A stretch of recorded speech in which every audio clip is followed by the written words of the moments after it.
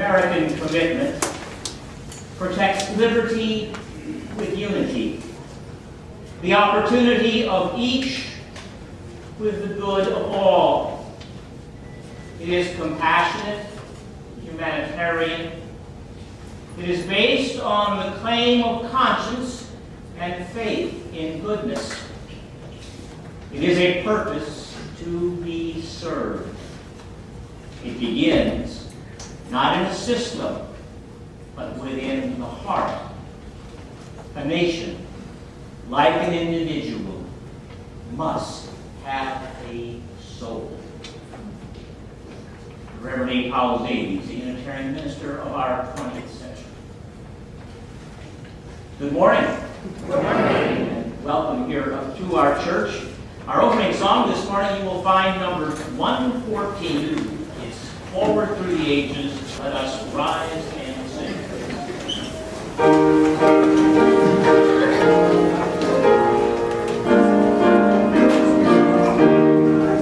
Will you please join me in our chalice sliding words as I light our chalice.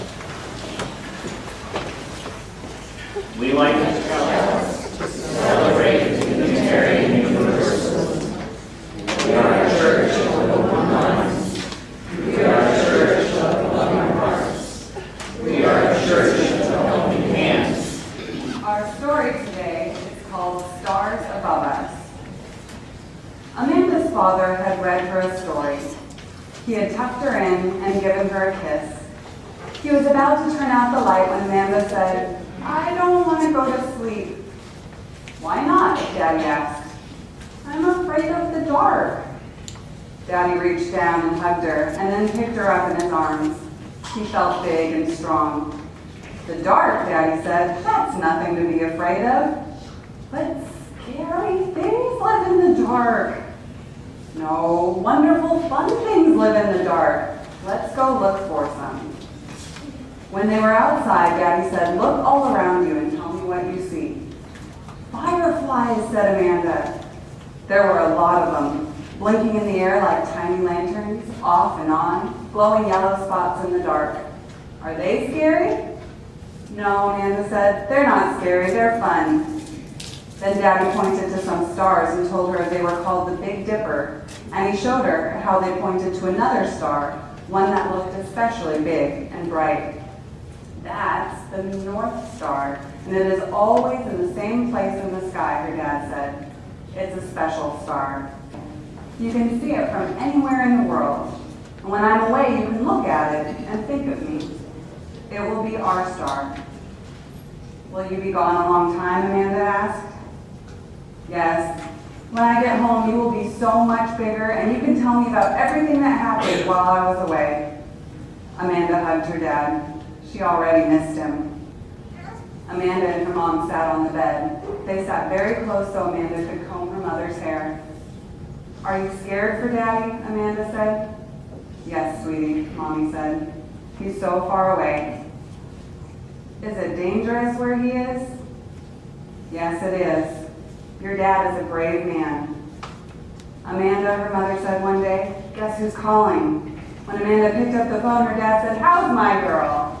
She was so excited she couldn't hardly talk. "Are you coming home today?" Amanda said. "Not today," Daddy said.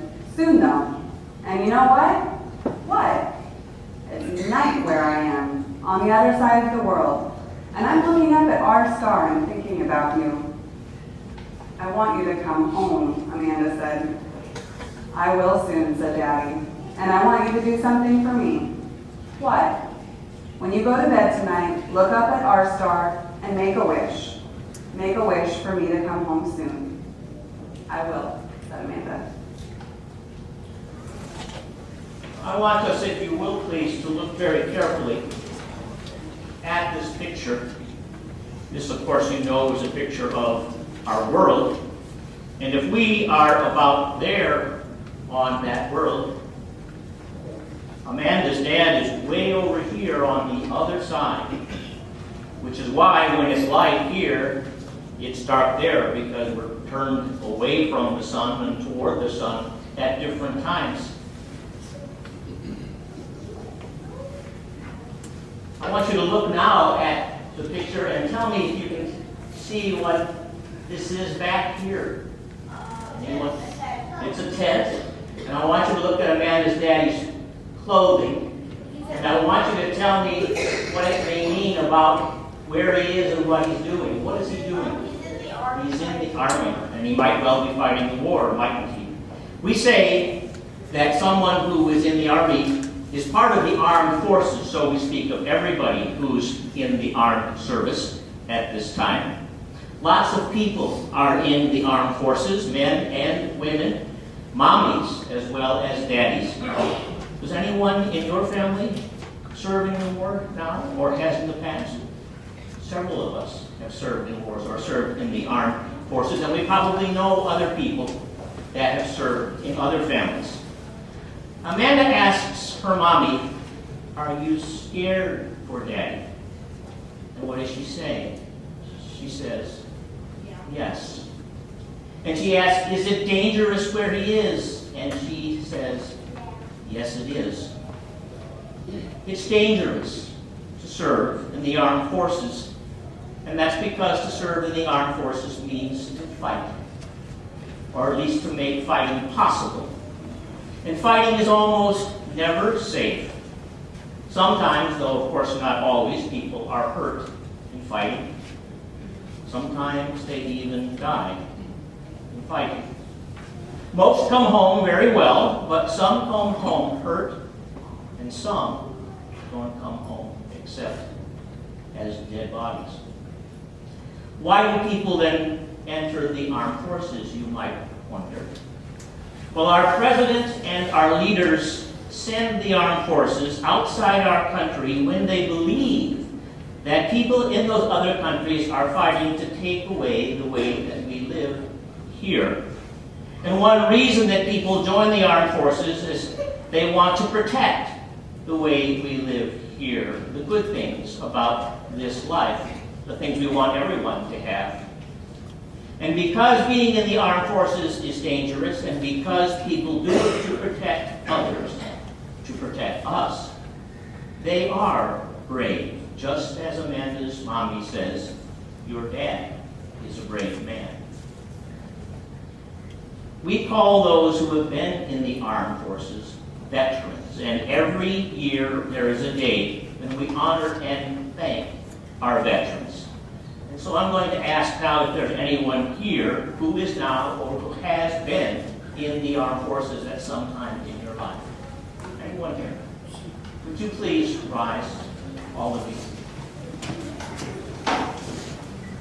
And would you let us all thank you for your service?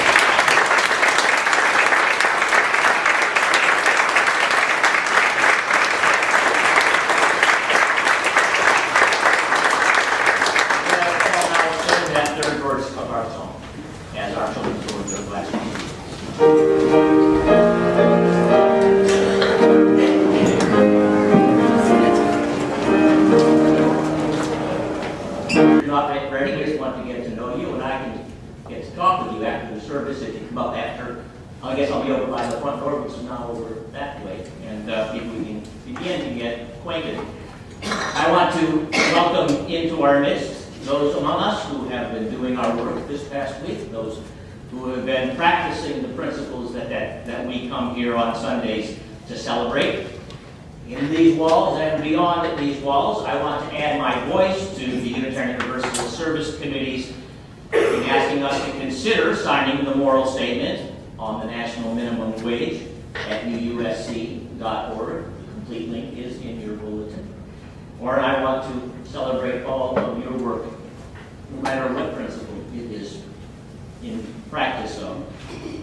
I ask us to have a sense of welcome among us of those unable to be here. I'm not aware of you all, but I am aware of Bud Spidell, who I talked with yesterday, who is home now recovering from knee surgery in Omaha. He's got his foot up, but he watched the game with great success and joy yesterday, which many of us enjoyed, and I'm glad to have him here with us in spirit. He should be able to be back, he says, in a couple of weeks. And I also ask us to have in our hearts those among us whose spirits soar or whose spirit is stretched this week. One of us, we know, has been stretched this week. Grace Maley, 9 years old, who was diagnosed with type 1 diabetes this week. But I spoke with her yesterday. She'd already learned how to give herself shots. They don't hurt very much, she says, and she is here with us today and ready to go on with her life. Bravery comes at all ages among us. Amen. I would ask us also to know that there are those here who have brought joy or sorrow in your hearts, and perhaps find it difficult to express that, but could at least let us hear your name, if it's your joy or sorrow, or the name of the person you hold dear who's had joy or a challenge or sorrow, so that we may know the presence and perhaps share and take the power of those experiences as our own. If you have come here in joy, with someone's joy you would like to have us know, would you please let us hear your name or their name now? Sarah and Jenny. Sarah and Jenny. Aiden. Aiden. Or if you have come with a sense of weight, with a sense of challenge, a sense of sorrow, would you please let us be part of your interdependent web? Would you please let us hear of that pain by sharing the name with which it comes? Madeline. Madeline. Sarah. Sarah. Judy. Judy. Star. I'm sorry. Star. Star. The Philippines. Philippines people. My baby sister, Susan, died last week. Susan and her family. Let us make this way ours to carry. Let us make the joy which preceded it ours to draw strength from. Let us gather in full appreciation for the ups and downs of living. Let us know that we here can grow even in pain, can grow from our joy if they are shared. Please join me first in silence to knit together our life. Join me there now.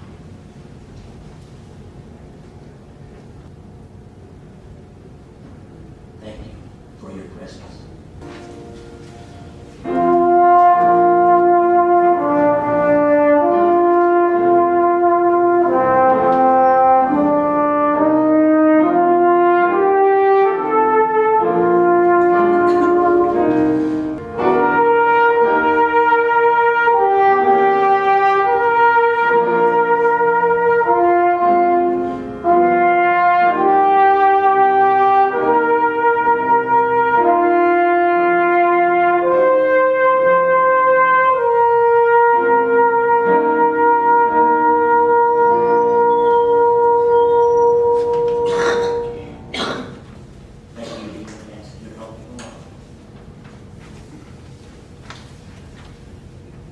Veterans Day, tomorrow. Last year it came on a Sunday. And on that day, a confession was spoken in a Unitarian Universalist congregation. And I want to share that confession with you today. It may feel a little long, I'll acknowledge, but then long, too, has been the war which inspired it. I feel this confession must be heard in its fullness. So now, if you would please, join me in the spirit of reflection, of meditation, of prayer.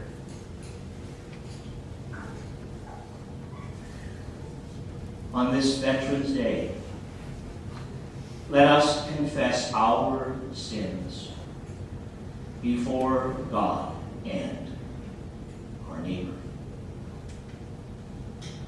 Most merciful God, we confess that we have sinned against you in thought, word, and deed, by what we have done and what we have left undone. We have become people of the lie, out to tame the frontier wilderness while the beast within lurks hidden in shadow, paralyzing us in a perpetual state of denial. We have made war entertainment, enjoying box seats in the carnival of death, consuming violence, turning tragedy into games, raising our children to kill without remorse. We have morally disengaged, outsourcing our killing to 1%, forgetting that they follow our orders. The blood they shed is on our hands, too. We have insulated ourselves from the painful truths veterans carry. Our bumper magnets proclaim support our troops, but for too many, suicide is the only panacea. Our insulation is their isolation. We have made our veterans into false idols. Blood sacrifice on the national altar of war. Parades and medals perpetuate the hero myth, glorifying those who killed and died on our behalf. We have betrayed the dead, saying they will not be forgotten. Yet how many among us can name a single war casualty of this past decade? We have sanitized killing and condoned extrajudicial assassinations, death by remote control, war made easy without due process, protecting ourselves from the human cost of war. We have deceived ourselves, saying Americans do not kill, civilian terrorists do, denying the colossal misery our wars inflict on the innocent. The national closet bursts with skeletons. We have abandoned our Afghan allies, luring them in with promises of safety and security, then failing to follow through with promises made, using them and leading them to an almost certain death. Almighty God, on this Veterans Day, help us to turn from this wayward path. Deliver us from indifference, callousness, and self-deception. Fill us with compassion for all who bear the burdens of our wars. Grant us the courage to pay attention, to stay engaged, so we may listen without judgment, restore integrity, accept responsibility, keep our promises, and give honor to whomever honor is due. Amen.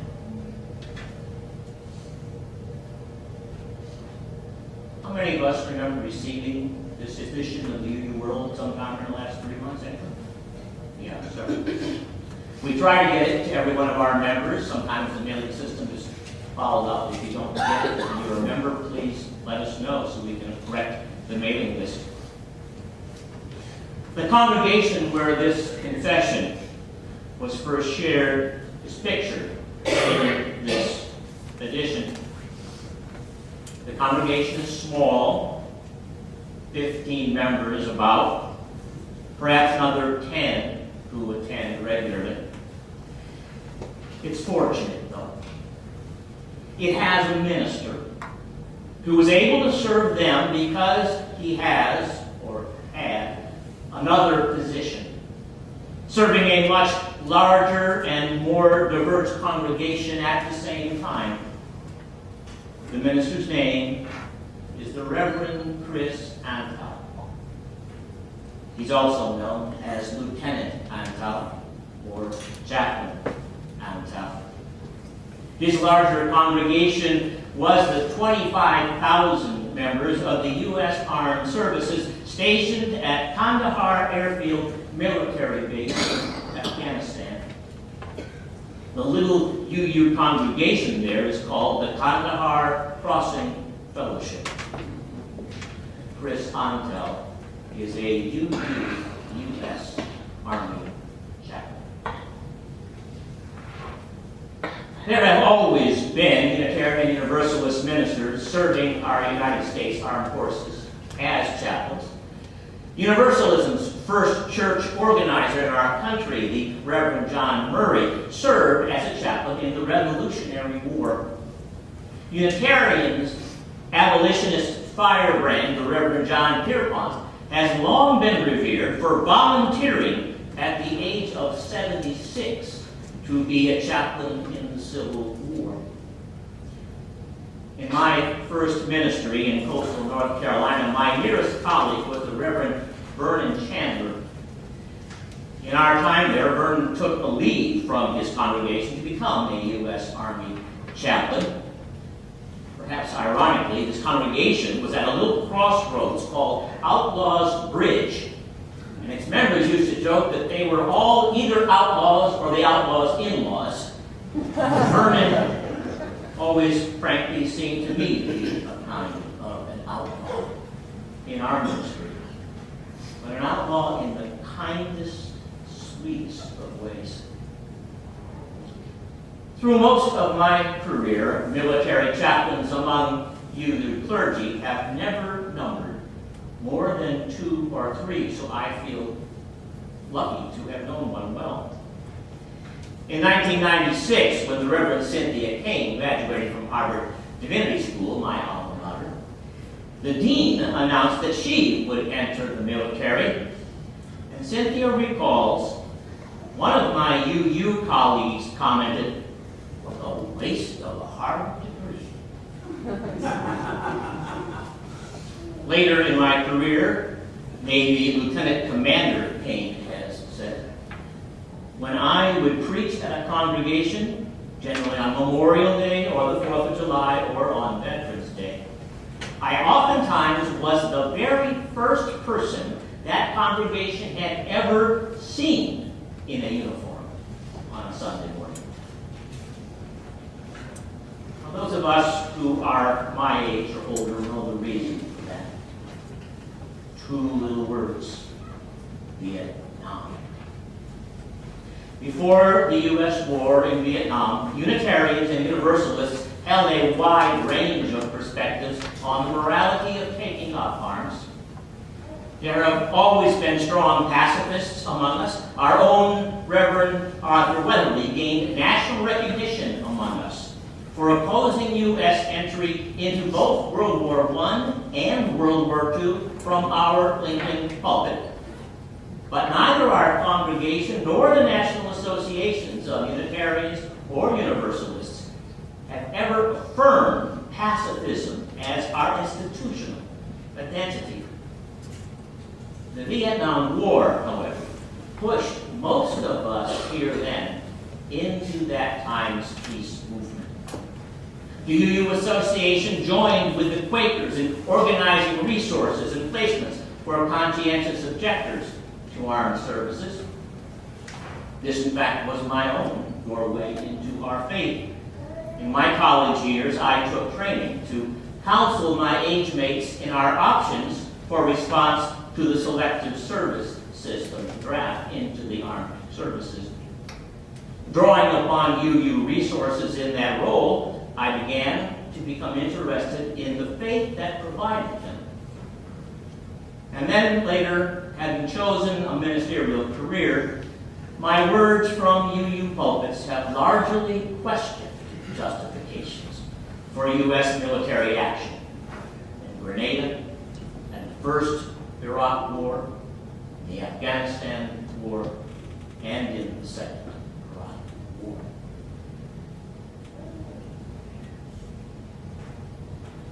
The events which ignited these most recent wars, however, have spawned a now growing voice in our ministry.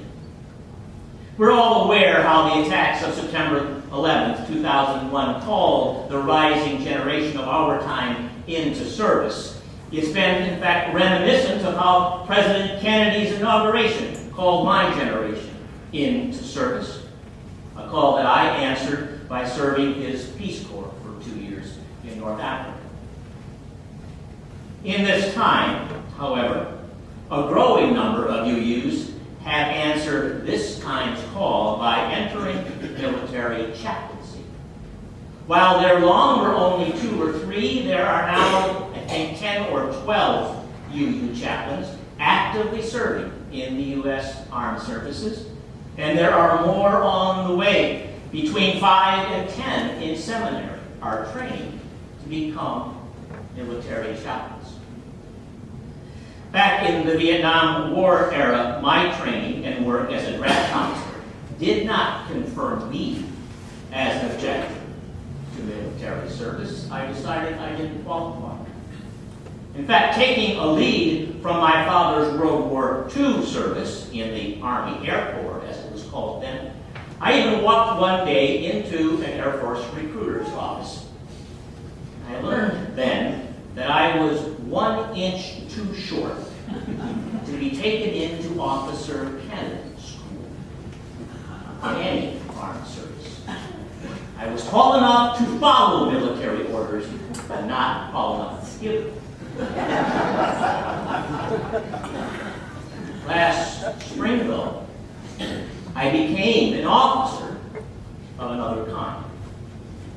I was elected by the Unitarian Universalist Ministers Association to a position that we call Continental Good Officer.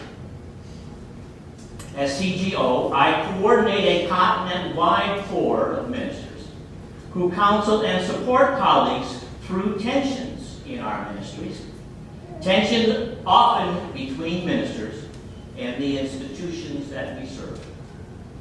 I know something about that somewhere. When such tension takes on a national or international dimension, I often become personally involved as Continental Good Officer. And this is how I have met the Reverend Chris Antal. Lieutenant Antal's ministry to his congregation in Kandahar are not the same, is not the same now as when he shared his confession last Veterans Day. His ministry has become virtual rather than direct. While deployed in Afghanistan, Lieutenant Antal maintained affiliation that is required by all active UU ministers with an established congregation. And he did that by affiliating with the staff at the Church of the Larger Fellowship. The CLF, as it's called, is our largest church, numbering in the thousands, including many military personnel and their families. 2 weeks after his Veterans Day service in Kandahar, Chris posted his confession on the CLF website. And as with his prior posts, it was accompanied by Lieutenant Antal's picture in uniform. In January, then, Lieutenant Antal received a General Officer Memorandum of Reprimand from the commander of his unit, a Brigadier General Carpenter. The order states, "Your post on the CLF website was in clear violation of Army Regulation 670-1, paragraph 1 through 10J, which prohibits wearing Army uniforms in connection with the furtherance of any political interest, and when the uniform would bring discredit to the Army. This order removes Chaplain Antal from that general's command in Kandahar. It returned Chris to stateside service with the New York Army Reserve. Lieutenant Antal has appealed this memorandum, supported by our UU Association's military service endorser. Chris has affirmed that his confession was a pastoral, not a political statement. It was an effort to give voice to the inner anguish of the members of the Kandahar Fellowship and to the members of the Church of the larger fellowship. His words, he's convinced, fulfilled Army Regulation 165-1, paragraph 3-3, which states, chaplains, in performing their duties, are expected to speak with a prophetic voice and must confront issues of moral turpitude in conflict with Army values. The Reverend Meg Bryant, senior minister of the Church's larger fellowship, has written to General Carpenter saying, I read Reverend Antal's confession not as an indictment of the military, but of my country at large for leaving those in harm's way isolated and invisible.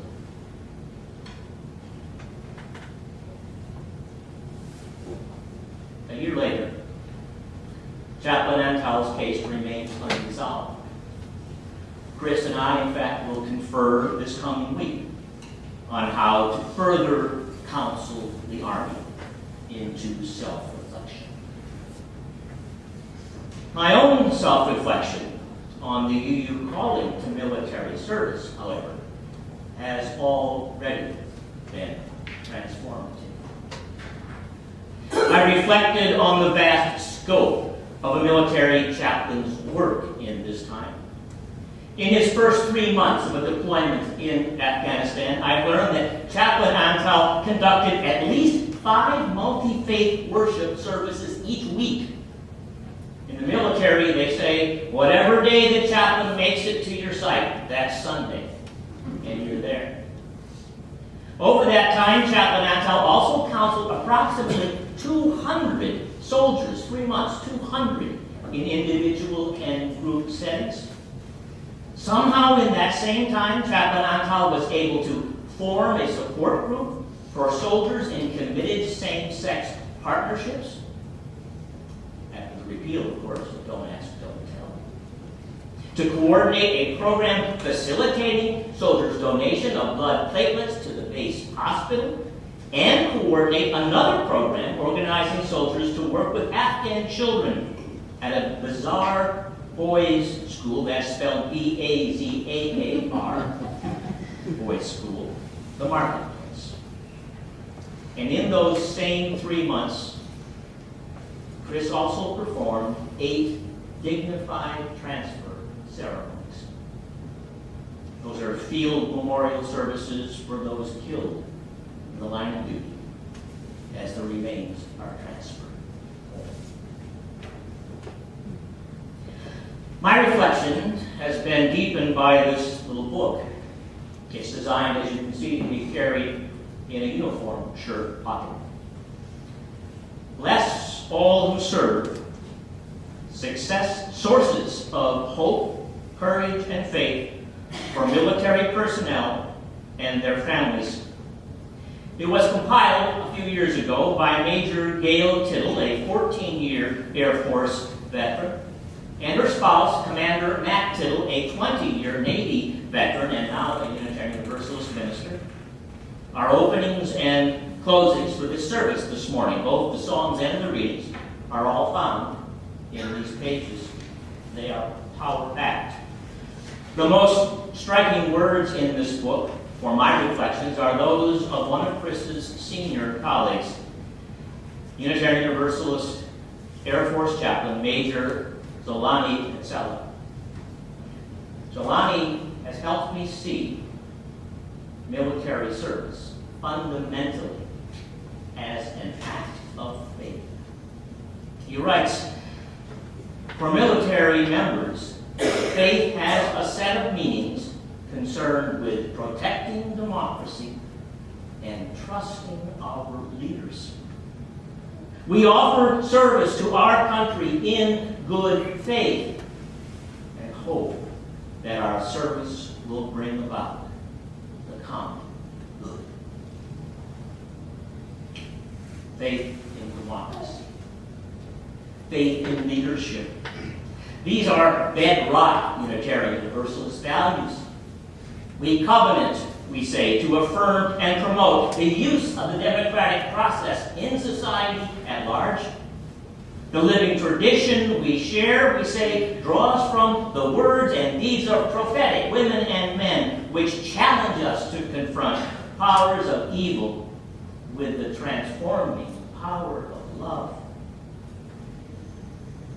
All persons who enter United States military service now volunteer to do so, whatever social forces condition their will.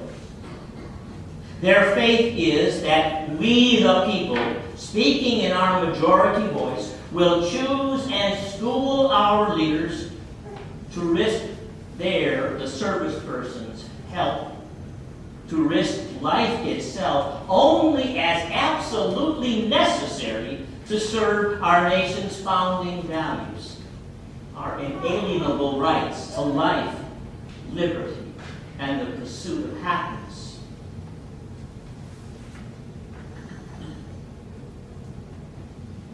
Here is my Veterans Day confession. My faith, in a way, can't hold a candle to this service person's faith. Time and time again in my life, I have found myself unable in faith to entrust my life, my health, even my acts of conscience to be directed by our country's leaders. Even though they have been legitimately chosen by our society's democratic process, and even though they have been striving to serve our UU goal to create a world of liberty for all. My faith could not embrace our majority or our leaders as prophets of transforming love. I'm not taking on sackcloth and ashes here. I'm not renouncing or reviling my faith in my independence from military service or from foreign service, which I consider even more seriously. I'm perhaps even dangerously proud of my Peace Corps service, which I chose instead of military service. But what's new here is my proclaiming my respect, even my reverence, for the faith of my colleagues in uniform. A military person's faith is a very demanding faith. Its cost can be life itself.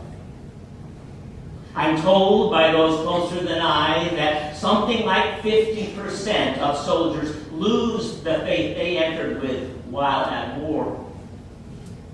These brave people need ministry in their losses. They need it desperately. And I can only thank God for my Unitarian Universalist colleagues who are there to give that ministry. In Orthodox Roman Catholic Christianity, the church is composed of three congregations. The church in heaven is called the church triumphant. The church in purgatory is called the church suffering. And the church on earth, it is called the church militant. The earthly church's mission, this Christianity teaches, is to fight evil, to fight sin. UU Navy chaplain Cynthia Payne actually proclaims herself in uniform a pacifist. And she says, to do the work of peace, I must understand the making of war. And in this sense and in her spirit, I can proclaim us a faith militant. We opened our service singing Forward Through the Ages. In 15 years, if you've been here that long, you know I have rarely asked us to sing that song. I've even explained it once, I don't know how long ago now. I said I bridled at progress being celebrated with a tune which was struck to inspire marching as to war with a cross before. I have always known, though, that the Unitarian lyrist for this hymn was striving in his time for the miracle of transformation, striving to transform service in the spirit of conflict into service in the spirit of concord. In our time, UU Army Chaplain Lieutenant David Pyle has said, "The military will never grow better to reflect our UU values unless we are serving in the military ourselves." This is a ministry of transformation. And I am now transformed. I share the conviction that only when undertaken in partnership, some of us in service, pastorally, prophetically carrying it on, and some of us outside service, politically carrying it on. Only in that partnership will this, our shared ministry, reach its shining goal. I invite you to join in our closing song, number 168, All Service Closing. One voice.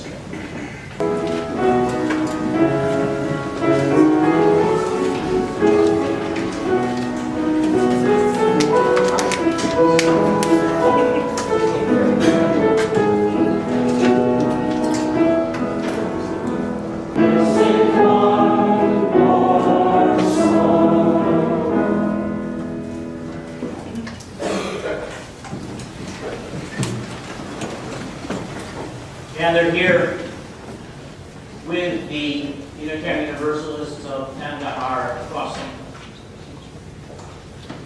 Let strong trees grow above graves far from home, while the dead sing no more, never again, remember me.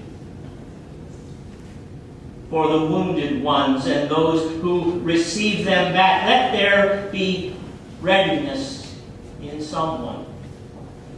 When the memories come, when the scars pull, and the buried metal moves. And also forgiveness for those of us who were not there for our ignorance. And in us, veterans in a forest of 1,000 fallen promises, let new leaves of protest grow on our stumps. Send peace for the soldiers who did not make the wars, and give courage to us all to create peace. The Reverend Barbara